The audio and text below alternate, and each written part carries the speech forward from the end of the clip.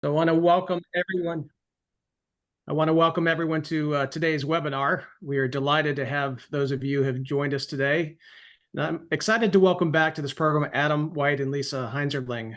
Those who follow our webcast will recall that we had both Adam and Lisa on this program in February to discuss the then pending decision in Loper Bright involving a challenge to the long-standing judicial deference to agency interpretation of ambiguities in statutory law, a doctrine known as Chevron deference. It's great to have Adam and Lisa return to discuss the court's holding in that case and its implications for policies affecting the environment, energy, and conservation. But before we jump into today's discussion, just a quick word about ConservAmerica for those who may be unfamiliar with our work. We are a 501c3 nonprofit that promotes pragmatic solutions to our country's energy, environment, and conservation challenges. Our mission is to educate and advocate for meaningful, sustainable policies and regulatory reform, including the use of market-based approaches and engaging private landowners in those types of solutions. Today, as part of ConservAmerica's webinar series aimed at promoting thoughtful engagement on important and timely topics affecting our shared environment, we at ConservAmerica believe that a strong economy and a healthy environment must go hand in hand if we were to pass along a better world to our children and grandchildren. Now, I'd like to reintroduce today's guests. Adam White is the co-executive director of the Gray Center and a resident scholar at the American Enterprise Institute. He is also a public member of the Administrative Conference of the United States and has served on leadership councils for the administrative law sections of both the ABA and the Federalist Society. After clerking for Judge David Sentel of the D.C. Circuit Court of Appeals, Adam practiced constitutional and regulatory law in D.C. with a focus on energy, financial regulation, administrative law, and constitutional separation of powers. Great to have Lisa back with us. Lisa is the Justice William J. Brennan Jr. Professor of Law at Georgetown University Law Center.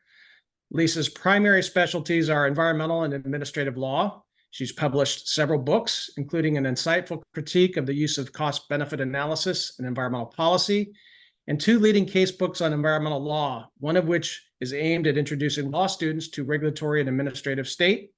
Lisa has received the Georgetown President's Award for Distinguished Scholar Teachers and the Frank F. Legal Faculty Teaching Award at Georgetown Law, amongst numerous other awards related to her scholarship and advocacy in environmental law. Adam and Lisa, it's great to have you back. Last time we spoke, we were all anxiously awaiting the court's decision in the Loper Bright case, prognosticating about what the court might do. We were wondering if the court would go all the way and completely jettison Chevron, or perhaps only go halfway and tweak it around the edges. Well, as we know now, the court went all the way, tossing the baby out with the bathwater. And in the 6-3 majority opinion, Chief Justice Roberts, I think, summed it up quite well. And I quote the chief: "Chevron's presumption is misguided because agencies have no special competence in resolving statutory ambiguities. Courts do," close quote. Adam, I want to start with you first, if you will. I've heard you speak previously about how special or important this case was to Chief Justice Roberts and his view of this as sort of a judicial intervention of sorts of an increasingly unstable executive branch. Talk to us, if you will, why this case had special meaning to Chief Justice Roberts. Sure, glad to.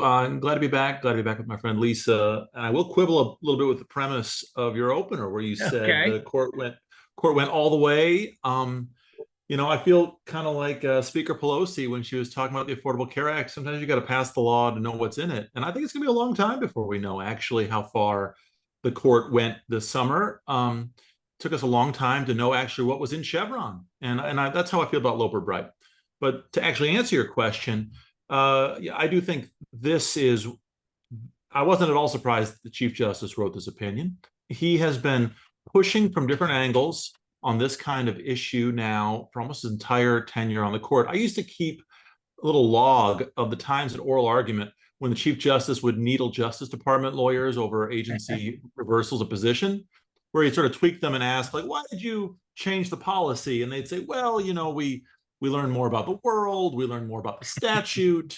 Sometimes wisdom comes late. And Roberts would say, well, no, there was an election and that's why the policy changed. And Roberts has always clearly been a little troubled by this. more than a little troubled. He's worked in the executive branch, of course, but sometimes familiarity breeds contempt, I guess. Over the last decade, he's tried repeatedly with varying degrees of success to rein in Chevron. In the City of Arlington case, where he tried to draw a line around what some call jurisdictional questions of agency power, he failed there. In King v. Burwell, with a very different coalition of justices, he inserted the major questions doctrine at step 0 of Chevron. So over and over again, he's been trying to hem in Chevron. And the distinction that I try to draw among the conservatives on the court, it's not a bright line, but I've always seen what Roberts has tried to do, and what's motivated him, his concern about agency flip-flops, as a little different from what Thomas and Gorsuch have been trying to do. They've wound up in the same place, and of course the two lines of concern are similar. But Thomas and Gorsuch, their worries about Chevron have always been very much of a piece with their worries about the non-delegation doctrine. Congress has delegated away too much power to agencies. Courts have delegated away too much power to agencies. That's how they've tended to frame this. And of course, Roberts, I'm sure, agrees with that to some extent. He joined Gorsuch's dissent in the Gundy case on non-delegation.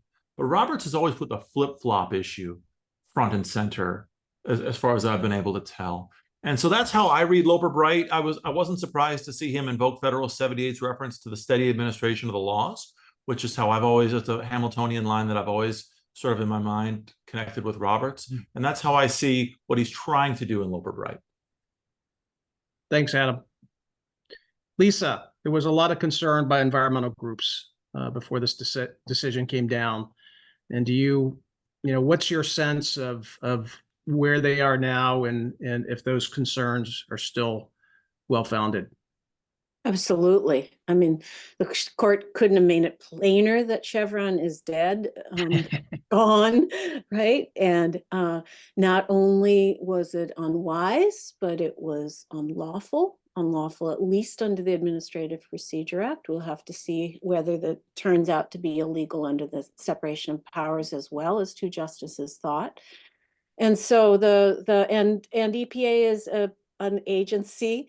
Chevron itself, of course, was an EPA case, an agency that had claim to the basic sort of foundations of Chevron, which is that agencies have expertise that courts don't, and that agencies have some political accountability in their ties to Congress and to the president that courts don't. And so I think this is for me, I mean, you'll hear different views from environmentalists about the importance of this decision, but I think this decision is huge. I think it gave reassurance to the agency as it develops rules that take years to develop. Some reassurance at the end of the day that they get the benefit of the doubt. And so I think it makes it hard for an agency like EPA. May I just also say one thing about the conversation you just had with Adam? And Certainly. that, isn't it interesting and curious, which is my way of always putting it problematic, but isn't it interesting and curious that in the same term, the court, as you say, Adam, really based the Chevron opinion in large part on this worry about flip-flopping. That same term, we have the presidential immunity case. Yeah. And the court says, in especially 2 paragraphs, basically, the president rules the entire executive branch, right? Yeah. And so if you pair these cases together, the president is free to break laws with impunity, right? But the president isn't free to take action after a presidential election, right? After a presidential election to change the way that things should work. I just find that astounding. And I don't understand why that's an appropriate way to run the government. Indeed, if you double down, not just presidential immunity, but all the removal cases, you can fire people, you know, that'll make the government not work as well. That's good, right? You can give the president complete immunity. That'll make the government not as good. That's good. But to have a workable government in line with the agenda of a president who was just elected, no. Explain that to me. Adam, I'm going to give you a few minutes to respond. Yeah, Lisa, I'm here to help. Well, so I actually, it's a good question, and for what it's worth, I see sort of a deep symmetry between the cases, and I'm not necessarily going to defend every jot and tittle of the immunity case, and I'm certainly not going to defend Trump, but but in general, I actually see the immunity decision coming from a very similar place in Roberts' instincts. And the paragraphs that really caught my eye in that opinion, in this respect, in the immunity opinion, in this respect, was the big concern at the end about what happens when one election leads to a new administration and then a new administration after that, and his concerns, I think he used the term, the executive branch cannibalizing itself. I actually think that his concerns about the agency flip-flops are very much of a piece with his concerns about each new administration, possibly in the future going after its predecessors. Now, you're right that the immunity case empowers a president, whereas the Chevron deference case disempowers a president in this respect. Maybe the line you'd use is Roberts lets presidents break laws, just not make laws. That's a very similar line I've used in writing. Yes, there you go. But I'd say, Lisa, and here's where you would definitely get off the bus if you haven't already, is that I think when Roberts is either disempowering or empowering presidents, it's with a very specific sense of what the president's role in the executive branch is. And I think Roberts could say, and I would say, that we want a president to be energetic, brave, whatever sort of like manly adjectives Roberts threw into that opinion. I'm playing around here, but whatever that sort of the bravery and boldness thing in that opinion, it's fine for a president to do that in his or her very specific and ideally narrow lane. I think Roberts would shrink the sphere of presidential discretion, but want the president to move full steam ahead in that. And again, I'm not defending the entire immunity decision, but that's how I've seen them, as very much of a piece with one another. Lisa, obviously, given your concern about the decision and that Chevron is dead, just your thoughts, are EPA's views still relevant? Yeah, I think this is a complicated question. I think this is one of the places where Adam's caution about this playing out over time in the aftermath of Loper Bright is right. The court has some what I consider to be very confusing and I consider ultimately pointless things to say about the potential places where agencies' views might be respected. And those have to do with the agencies where the agencies are filling in the blanks or filling in facts, or where they've had a consistent position over time, contemporaneous with the statute. That whole set of paragraphs. If you notice that discussion occurs right before the court actually gets to the discussion of overruling Chevron. And it's not clear to me that they speak to each other. Those two parts speak to each other. And so in answer to your question, what's sort of left, what does it matter what EPA says? I think we'll see. I think courts will, of some necessity, listen to agencies to some extent. They're parties to the court and agency challenges, right? They're parties to the cases. Yeah. But I just don't know how much currency it's going to have in a court that doesn't want to give the agency that kind of respect. And also I've always found this strange about so-called Skidmore deference, with the famous line, it has the power to persuade, if not to control. And that always felt so strange to me, because here we have another part of government, right? Co-equal really with the courts. The agency has come up with a particular approach under a statute. And the court is asking, should we show respect to it? Do we need to pay attention to it? And it just seems so strange. Like, if the answer were no, they'd be worse off than any other party. It just feels like very small stakes, for one thing, and also a kind of strange way to treat another part of government. It's really good points, Lisa. I found it interesting to listen to some of the analysis post Chevron, and I including some of the arguments by some environmental groups looking to Justice Scalia's prior decisions. And these groups seem inclined to believe that conservative justices may lean toward rules that are protective of the environment and public health in cases where that was clearly the intent of Congress. And I'm wondering if you share that view, or if you're still concerned that some justices just may not care and engage in their own. I'm trying to grasp exactly what their point. Their point was that if the statute is clearly intended to protect the environment and public health, that packs a whole lot of room for disagreement. That formulation, right? Clearly intended. Well, is it clearly enough if it's a major question, right? Is it clearly intended if you look at legislative history, which, by the way, Justice Roberts did in Loper Bright? So I'm not fighting with the question. I'm just saying there's a lot of room for movement. Remains to be seen. Yeah. And it could be, one could agree with that statement. A whole bunch of people could agree with it and have very different views about what it means. Would the decision make it also harder if we have a Trump 2.0? Would it make it harder for a new Republican administration to pursue deregulation?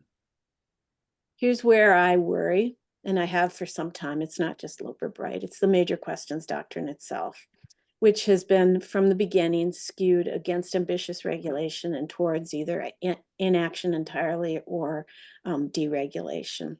And that current still exists on the Supreme Court and in the lower courts. And so that does worry me going forward. It makes me wonder whether there will be a pass given to deregulatory measures that is not given to ambitious regulation. It may be some stuff will get caught by the courts for sure that might not have things that would have been premised on Chevron in the old day, but I do worry about the skew. Adam? Yeah, that's a great point. I'd say I've been cautioning a lot of folks who have been sort of reading a lot into Loper Bright that a lot of the concerns about Loper Bright are actually concerns about the major questions doctrine, right? Loper Bright ultimately is not going to be a case about big, new, innovative regulatory programs. That's the major questions doctrine. And as Lisa says, that is very much a thumb on the side of regulatory restraint or deregulation. Especially now that it used to be major questions applied at Chevron step 0, that could cut in both directions. But now without Chevron, major questions doctrine is a break on regulation, not on deregulation.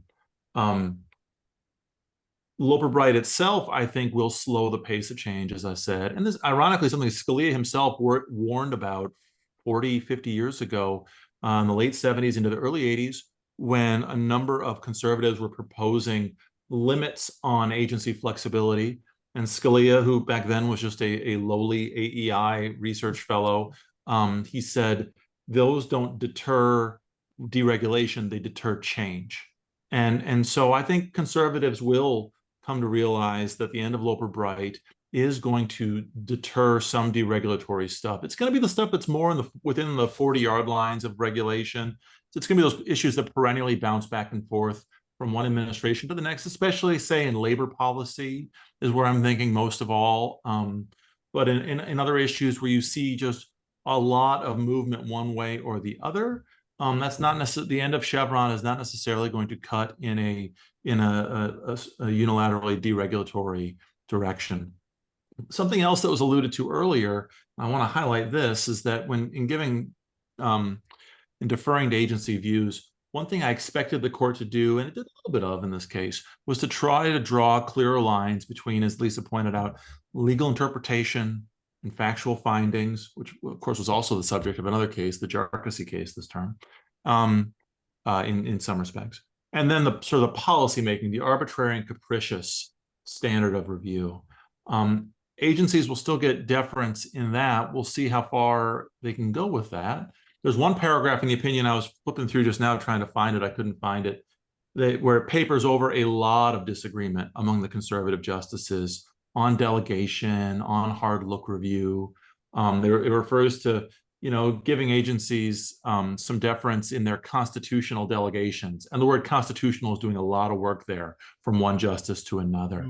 And so I think we're going to see a continual sort of unfolding of how much deference agencies will get from the courts in hard look review, that's already been tightening up over not just the last couple of years, including this year's Ohio versus EPA case, but in the Trump administration, the cases on the census, DACA repeal, those you saw a pretty hard version of hard look. I agreed with both decisions, but I think that too shows a continued sort of squeezing of the amount of deference agencies get. I'll leave it at that.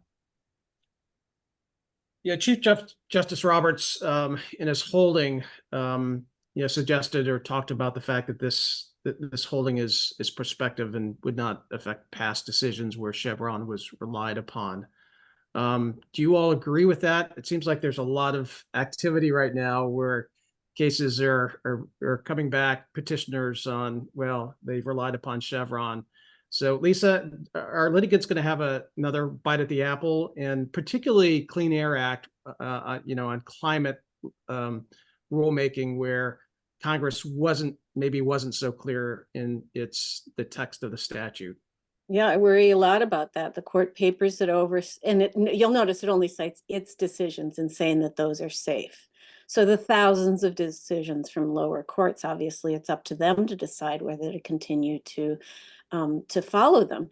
And then 3 days later, after Loper Bright, the court decides corner post, in which it creates basically an unlimited period in which one can challenge agency action as long as you can find somebody who's first injured later on.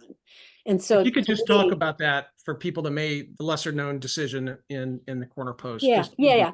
The corner post case was a case about the general statute of limitations for agency for actions challenging the government. And one of the statutes that's comes under that 6-year statute of limitations is the Administrative Procedure Act, which doesn't have its own deadline.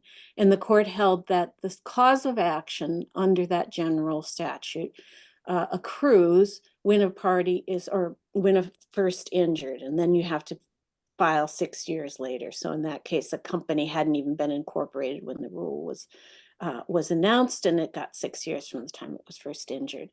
And what that means is, again, you'll be able to sue, and it's perfect pairing. And I don't think this is an accident. And it is perfect pairing to make maximum disruption, right? Because now you can reach back and attack a bunch of rules that have long been settled.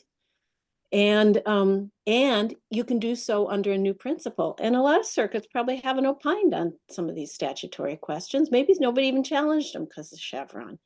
So it does worry me. I don't think that the court at all came to grips with the destabilizing effect of its opinion.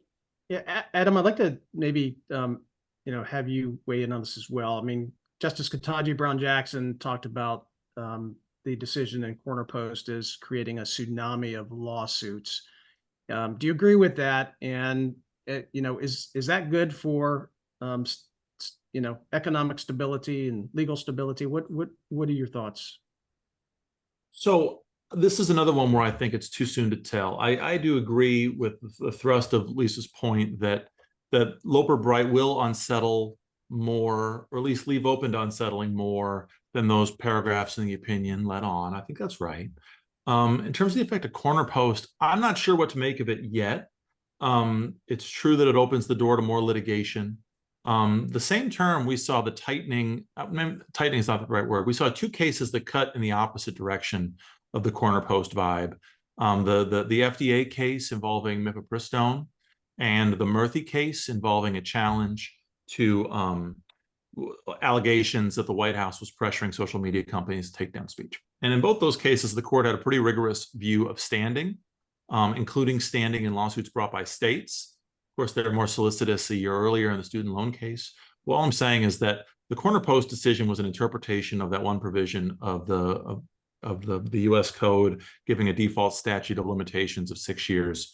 It remains to be seen how other statutes of limitations, the shorter statutes governing Clean Air Act actions and other things, how that will be, whether that would be read the same way by the court.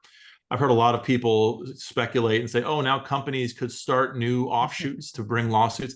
I think that's crazy. Companies don't create new operating units to bring lawsuits, except in cases of like really obvious regulatory arbitrage, and that's no small thing. I'm not saying there won't be any lawsuits. I've had a more skeptical view of the impact of corner post as a practical matter. But Lisa's right. The court said that old cases will stand. Of course, as we know from the Brand X, precedent, what a given case means often remains to be seen. You have to read it carefully. And even if a given case stands, say a challenge to a rulemaking, that's not to say that the interpretation underlining it is going to be bulletproof in a future case. Obviously, it won't be, especially after Loper Bright and the major questions cases are really recalibrating, we'll say, judicial interpretation of statutes. So there will be a destabilizing effect. And I've seen a number of thoughtful folks say that this is actually, this collection of cases is radically destabilizing. Kerry Colonnesi had a good op-ed in Barron's a couple of weeks ago, where he said that this case is an earthquake and the business community may come to regret the instability it's creating. I disagree with him, but it was a strong argument. Kate Judge, another really smart law professor up at Columbia, she was on Bloomberg Wall Street Week a couple of weekends ago saying something similar. And even Ken Jacobs, the head of Lazard, said something very similar the week before Loper Bright was decided. And it is, all what I'm saying is, it is true that these cases are going to have a destabilizing effect in some respects. They're going to create short-term uncertainty when you have circuit splits. They're going to have short-term uncertainty while you're waiting for Supreme Court review. At the same time, I think the court is consciously trading that form of instability for the stability that it's pursuing. Stability from one administration to the next. The kind of stability you'll get over the long term when the Supreme Court is handling more of these cases involving statutory interpretation and settling the meaning of those statutes. Needless to say, I'm happier about that than my friend Lisa is, because I'm happier about the Roberts Court in general than she is. But this case is going to have very long-term effects long after the Roberts Court, and stability, as I said, is going to cut both ways. Yeah, stare decisis is obviously an important principle in law, and I, as somebody who was at US EPA and doing rulemaking, and appreciates the importance of a similar doctrine to administrative law. Whether or not these decisions achieve that remains to be seen. I think everyone agrees. But go ahead. On this, can I ask Lisa a question? Because I'm sitting here, I've been watching the aftermath, and Carrie's a friend, Kate's a friend, and I just disagree with them on how far they think the instability is going to go. And so the question I'd ask Lisa would be, Chevron itself in many ways was sort of an anti-stare decisis case. Maybe that's the wrong way to put it, but I mean, the fact is it opened the door to major changes in policy every 4 or 8 years. And the Chevron, the stare decisis effect around cases where the court would defer to agencies would be pretty weak, as we saw in Brand X, because new agencies could change their mind. Am I overstating the amount of instability that Chevron itself sort of fostered? No, I don't think so. I think it's instability from what source? So here you're going to get some stability from the courts, but I also want a certain amount of realism about how much stability can come from all the different lower courts trying to figure out their own best interpretation of a statute with almost no guidance from the Supreme Court. So I do worry about that. But as for Chevron being an anti-stare decisis case, I really don't think so. I mean, I think Roberts gets it totally wrong about the history. There was a lot of deference before Chevron. Chevron didn't claim to be breaking new ground, and I think that's because there was this long tradition. So I mean, I don't think everything about Chevron was perfect by any means, but I do think that, especially with this long windup, the many years of coyness on the Supreme Court not mentioning Chevron, it comes like a real thunderclap to say it's overruled, right? It just it made it into a very big dramatic deal. And so one of the things I do worry about is the courage it gives to lower courts that are adventurous. Right? And that where some of the judges can be picked by the litigants to the cases, right?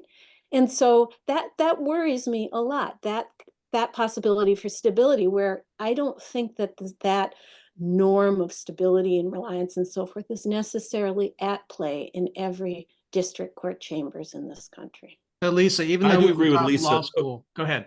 Go ahead, Adam. Lisa, I do agree, by the way, with the point, and this is an important point, that the court really hinged its analysis on an interpretation of 706 that I've always been myself totally ambivalent about. I think the history of what the courts did and what scholars expected when the APA was enacted was not nearly as clear as the majority opinion made out. About 10 years ago, I did an amicus brief in the mortgage bankers versus Perez case that involved involved a lot of things, but partly involved how much deference agencies would get for interpreting their own rules. And the brief I wrote said, you know, around 1946, people expected courts to give agencies significant deference in interpreting statutes and no deference in interpreting regulations. So I've always been a little, skeptical of the idea that 706 itself closed the door on judicial deference. I was struck, by the way, the fact that Justice Kagan's dissent in this case is chock full of citations to academic treatises, law review articles, leading scholars. Justice Kagan singles out by name 3 Harvard scholars, which was very unfair to my friends at Georgetown. But Roberts basically cites none of them. And that part of the opinion actually kind of reminded me of the way Roberts has always, I hate to say it, since I oversee the Gray Center, there's such a dim view of legal scholarship in general. And I actually thought that was kind of a meta theme of his majority opinion in the 706. He just brushes aside legal scholarship and focuses on basically two cases that he cites. That was a kind of an interesting cultural divide between the Roberts majority opinion and the Kagan dissent. Maybe he could read a little more outside whatever he's reading now. So can I give one example? Is that okay, Brent? Absolutely. So of course, the opinion rests on the APA. He's not resting on a separation of powers. He doesn't just say this was a bad idea. He says it's unlawful. Section 7.6 of the APA. And the thing that he focuses on is the kind of chapeau or preamble to the specific standards of review under the Administrative Procedure Act. And the sentence, the reviewing court shall decide all questions of law, right? The Clean Air Act doesn't have that provision. The Clean Air Act, several other statutes don't either. You have to remember that the APA doesn't cover all administrative issues. It gives way as long as the statute clearly makes clear that the APA gives way. And so, and I just wanted to drop this and see what you all think about it. But when you look at the judicial review provision of the Clean Air Act, it specifically does not include the preamble or chapeau that's included in the Administrative Procedure Act. So to me, a fair reading of Loper Bright is that it does not apply to Clean Air Act cases, because the thing that is excised, one of the things excised is that preamble on which Chief Justice Roberts relies. Now, I know you're going to say, but it can't possibly be true. He must have known. But then he also criticizes, and other justices too, also criticized the court in Chevron for not mentioning the APA. If they had listened to a law professor or anybody who knows the Clean Air Act, they would have known it didn't apply. It wasn't an APA case. And so it just strikes me as kind of a monstrous kind of gap in knowledge to pretend as though the APA covers everything. It doesn't. To pretend as though it covers Chevron itself. It didn't. And to pretend there won't be questions going forward about whether Loper Bright actually applies under a particular statute. It's a great question. And I would agree that it's not clear, well, first of all, that on its own terms, as Lisa says, by focusing on 706, technically speaking, it doesn't govern other statutes' separate standards of review. Those are going to be future cases for a future day. I don't fault the court for not reaching out and focusing on the other statutes, right? Chevron, as I understood Chevron, was always an across-the-board case. Loper Bright rejects that as applied to the APA. And now it'll undertake, surely the court someday will take similar sort of textual analyses of the other statutes standards of review.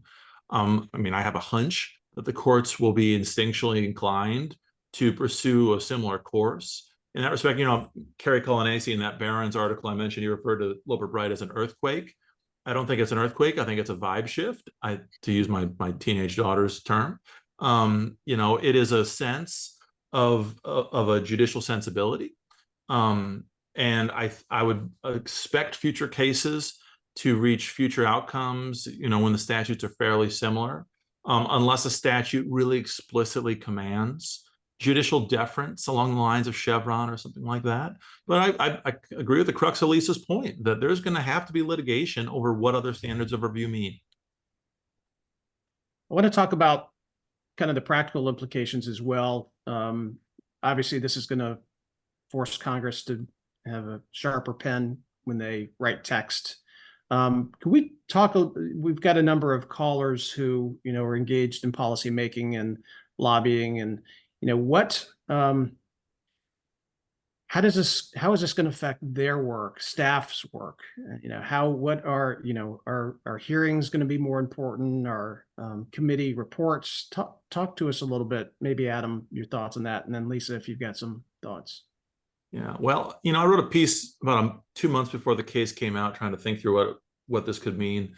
A lot of the anti-Chevron arguments have always been arguments about Congress and the theory being that Chevron drained a lot of political energy out of the legislative process and shifted it over to the rulemaking process, the agency process. I tend to believe that.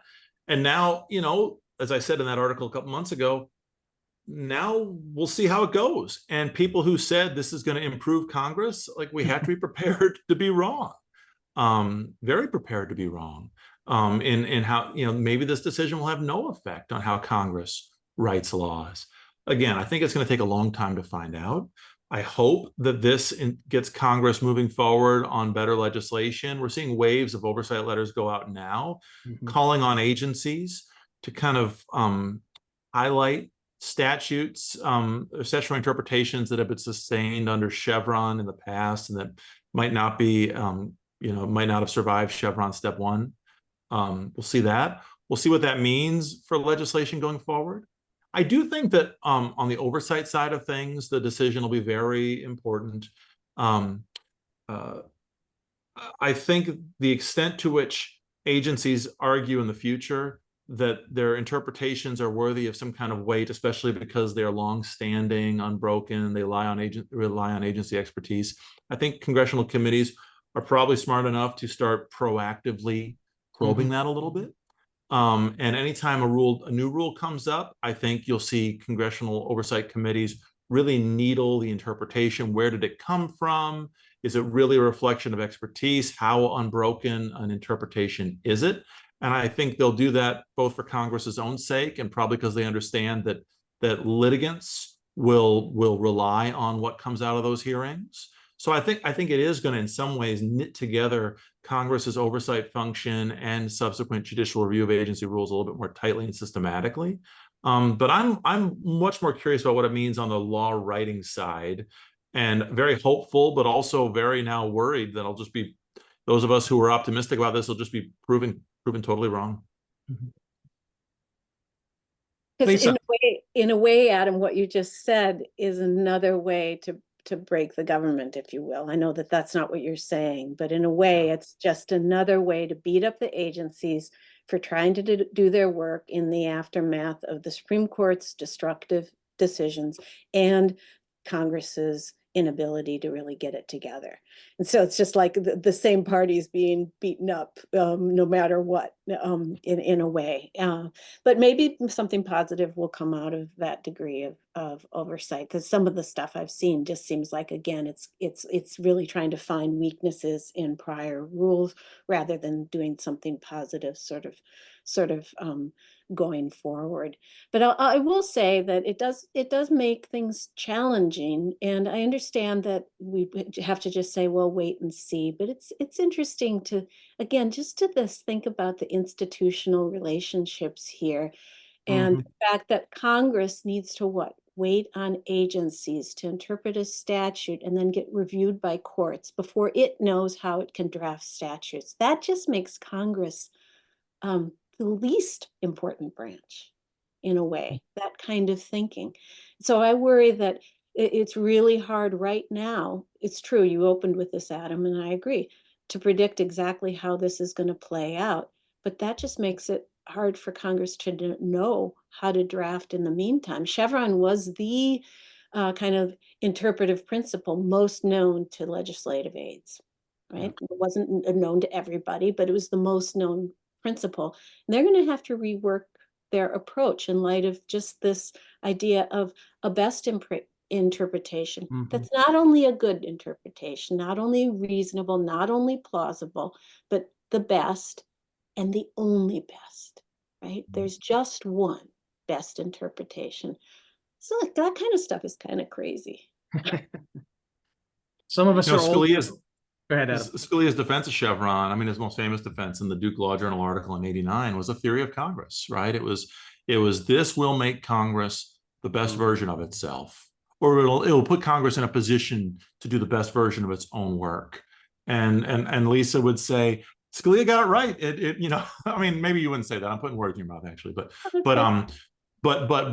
I, you know, I've always thought, for as long as I've been practicing regulatory law, that that Chevron drained the energy, the hydraulic fluid out of the legislative process. And you know, now we'll see. Maybe the fluid wasn't there to begin with. I will take the bold stance. I am not in favor of breaking the government. That's not. I think we all agree on that. Here, great. Yeah, we Lisa and I can totally agree on that. Yeah. What's your definition of break, though, Adam? So yeah, that's right. To scale back, well, I had a similar thought when Lisa said, you know, the agencies are just trying to do their work, and I wanted to say, well, yeah, that's a dispute over whose work it is. But to this, what we're getting to here is